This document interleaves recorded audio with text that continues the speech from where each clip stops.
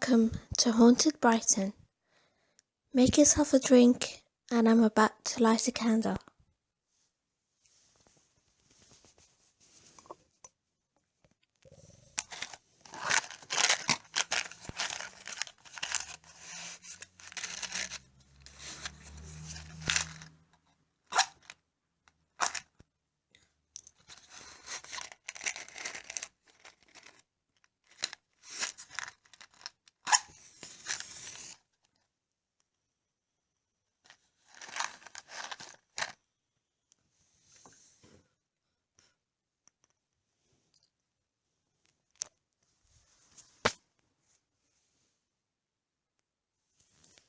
Today I'm going to talk to you about something strange that happened one day. I'm not sure if it's a ghostly experience or something I imagined or just something strange that happened. Okay. I think this was earlier this year or maybe last year. Probably I think it was last year. And I was asleep one day and it was just before dawn. And for some reason I woke up but couldn't move. So it was almost like I was paralyzed. And then I suddenly felt weird, like something bad. Not that something bad was going to happen, I just felt bad. And then I suddenly kind of saw like a shape of a person walk straight into my window, onto my bed and through the door. And that freaked me out so much. I thought I was asleep and then tried to wake up. Then I realised my eyes were actually open, but that I was just frozen. I just couldn't move, but I was actually awake. I got like goosebumps all over me, and I had like the hairs stand up on my arms and my back, my neck. And it felt like really tingly, and I had this feeling. I was kind of panicking. I wasn't really panicking, I was just like, whoa, what the hell did I just see here? Yeah, that was really scary. It freaked me out. I think I had another like scary feeling thing happen, and then I tried to close my eyes and go to sleep, and after a few minutes I could move a bit again, but I just pulled the covers over my head and tried to stay there for as long as possible. That was really scary. I'm just realizing that I'm comparing it to another time when I was a kid, and maybe I was like 7 or 8 or 9, I'm not sure. And where was I? I think I was with my family in London, and I was sharing a room with one of my brothers and sisters, and I was in bed. It was really early in the morning as well. And then I kind of like sleepily opened my eyes and I could see like a dark shape that walked in from the window. I don't think it walked in, it kind of walked through and across and into the cupboard that was next to my windows. I really freaked out. I didn't say anything, I just tried to stay as still as possible. I think the thing that really freaked me out was that it looked exactly like my brother and he was in the room next door. So I was like, wait, did he come into my room? Or did I imagine it? Or was I dreaming it? But I was really awake.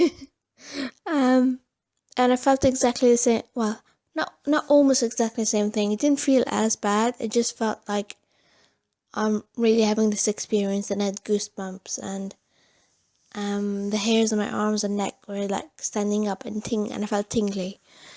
And I was like, whoa, what is that? I'd better not move. I'm gonna have to stay here under the bed covers for a while and maybe not say anything for anyone. And then like a few hours later when I woke up, I tried to tell him what happened, and he was like, oh no, it wasn't me, you know. So I'm like, fine, whatever. I don't think anyone believed me.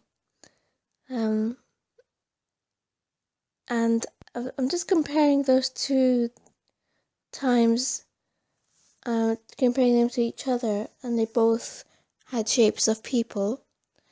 They both definitely weren't physical, but they were definitely an experience. Yeah, they really freaked me out.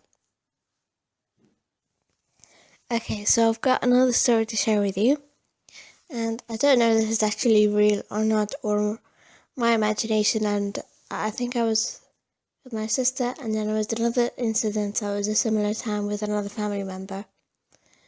I don't know if we were suddenly really excited that something might have happened, but I'm going to share it with you anyway. Okay, so the house I grew up in had two guest houses. One of the rooms, when my grandmother used to stay, she used to stay in one of those rooms, and it wasn't the nice grandmother. It was the grandmother that wasn't that nice. um, and I think that room is normally locked. And there's I think they're normally locked. There's two rooms unless someone's staying in. And we didn't have any guests staying there. So there's this small, living area. That me and this family member were watching some TV, and then we noticed that there was a bit of light from one of the rooms that we could notice from under the door. And the rooms were all carpeted, so we could see a small glow, and we went closer to it to see if anyone was actually in there, in case someone actually did come and someone was staying there. The person that I was with said that she kind of saw, when someone walks across the door of a room and you could see shadow and no shadow, shadow and no shadow for the feet. If the light is on or if the room is bright. And she kind of saw that, almost like someone was walking across the room, and it was shadow, no shadow, shadow, no shadow. And she started freaking out, and I was like, what?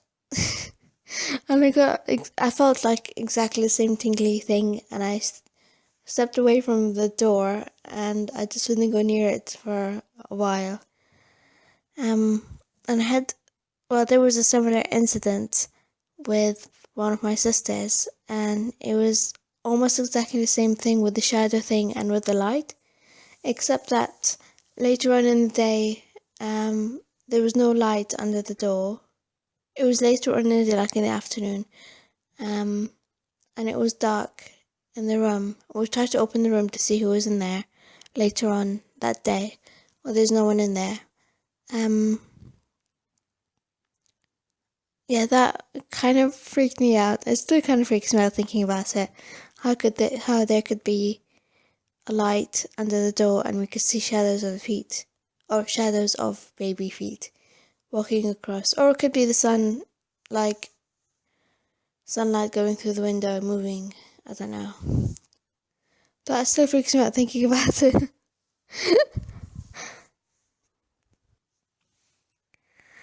I'd love to hear your ghost stories. I'd love to read them on here next week. If you could just write your comments down in the comment section. Write your stories in the comment section, and I'll read them out next time. I'd love to compare stories with you. And maybe next time I'll share with you some of my favourite ghosty podcasts. They're really good fun and I think you'll love them. Thank you. Bye.